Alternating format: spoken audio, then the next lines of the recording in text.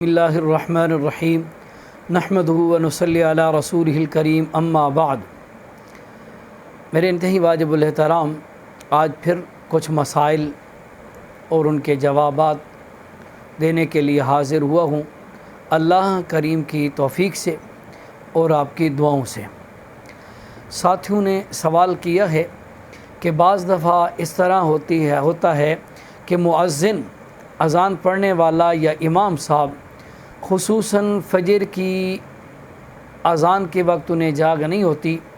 Late ہو جاتے ہیں، ادھر نماز کا وقت بھی بالکل قریب ہوتا ہے۔ اگر وہ اذان کو سپیکر میں پڑھتے ہیں، جس طرح آج کل رواج ہے،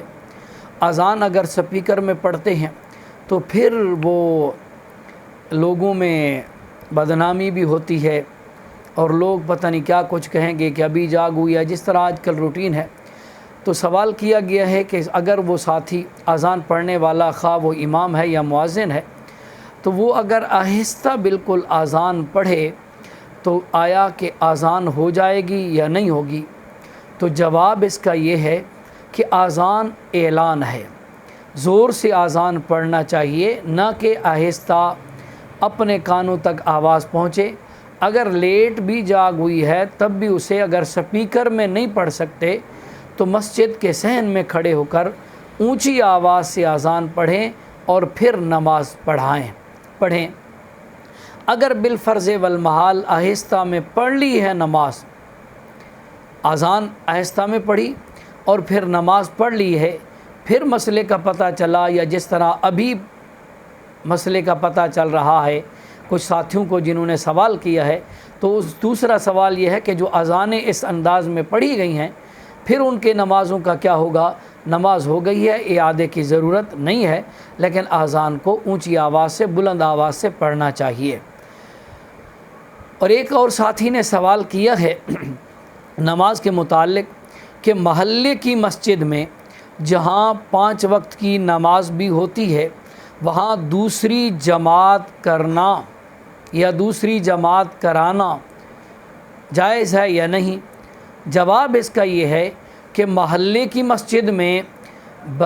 دوسری جماعت، جو ایک جماعت مقررہ وقت پر ہو گئی ہے، اس کے بعد دوسری جماعت کرانا یہ مکروہ تحریمی ہے۔ ہاں، راستے کی مسجد ہے،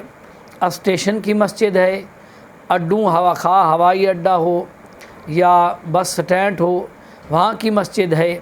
اور وہاں جہاں مسافروں کا آنا جانا، روڈ پر مسجد ہے، مسافروں کا آنا جانا لگا رہتا ہے، وہاں پر دوسری جماعت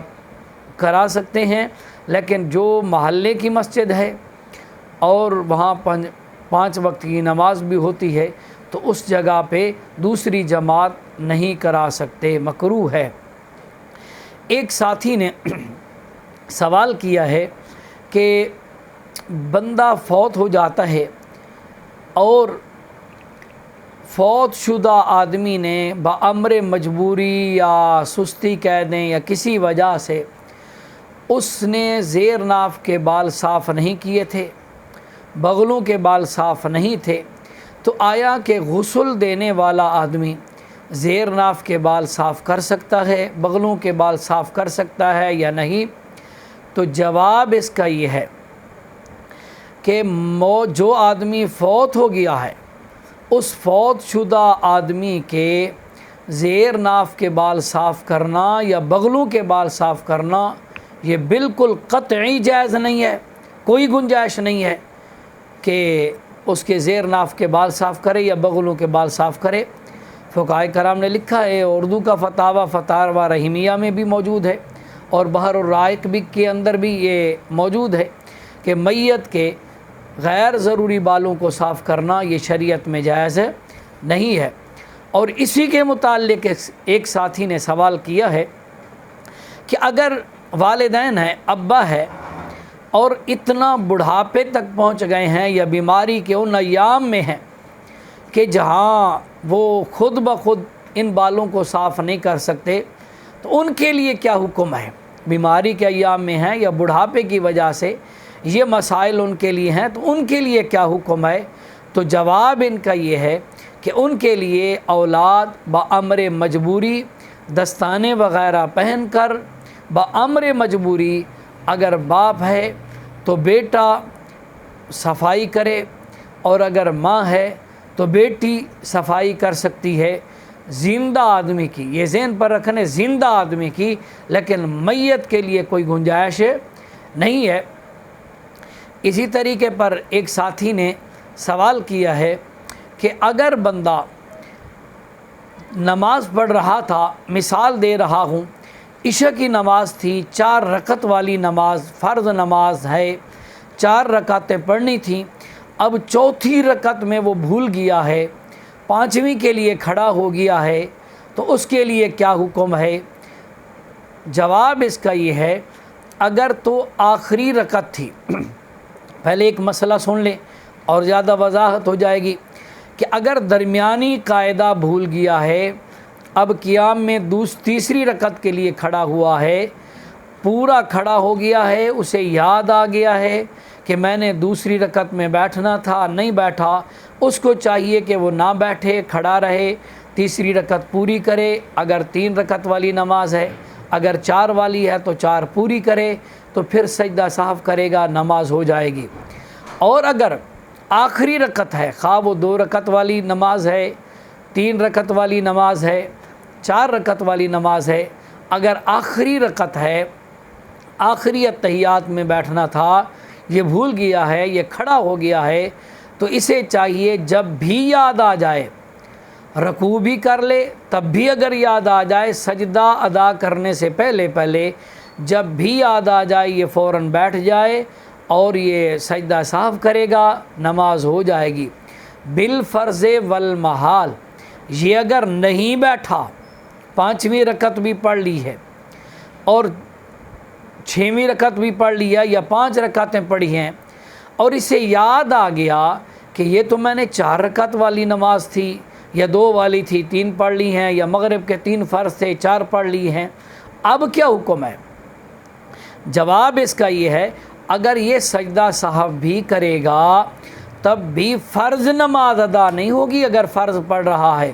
کیونکہ فرض نماز ایک معین ہے کہ وہ فجر کے 2 فرض ہیں، ظہر کے 4 فرض ہیں، عصر کے 4 فرض ہیں، مغرب کے 3 فرض ہیں، عشاء کے 4 فرض ہیں، اور آخری اتحیات میں بیٹھنا یہ فرض ہے۔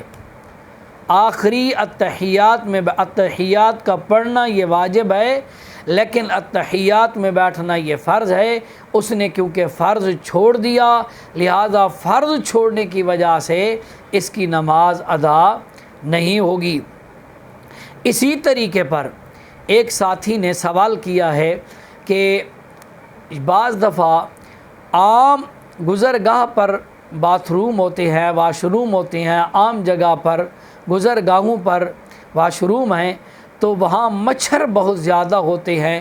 اور بندہ واش روم میں گیا، مکھیاں مچھر ہیں تو کپڑوں پہ بیٹھ جاتی ہیں، پتہ نہیں ہے کہ ان پہ غلاظت لگی ہوئی ہے یا نہیں لگی ہوئی، اس کے لیے کیا حکم ہے؟ جواب اس کا یہ ہے، کیونکہ ایسے حالات سے بچنا بہت مشکل ہو جاتا ہے، بندہ بچ نہیں سکتا، تو ایسی صورتوں میں، ایسے حالات میں اسے، کیونکہ ایک تو نجاست بھی اگر لگے بالفرض والمحال تو وہ بھی بہت قلیل ہوتی ہے، تو اس کا کوئی حرج نہیں ہے، اس سے نماز بندہ ادا کر سکتا ہے، نماز پڑھ سکتا ہے۔ اللہ تبارک و تعالی میرا اور آپ کا حامی و ناصر ہو۔ انشاءاللہ العزیز آئندہ انشاءاللہ ہفتے میں پھر جو کچھ ساتھیوں کے سوال ہوں گے ان کے جواب دیے جائیں گے۔ اللہ پاک مجھے اور آپ کو عمل کی توفیق نصیب فرمائے،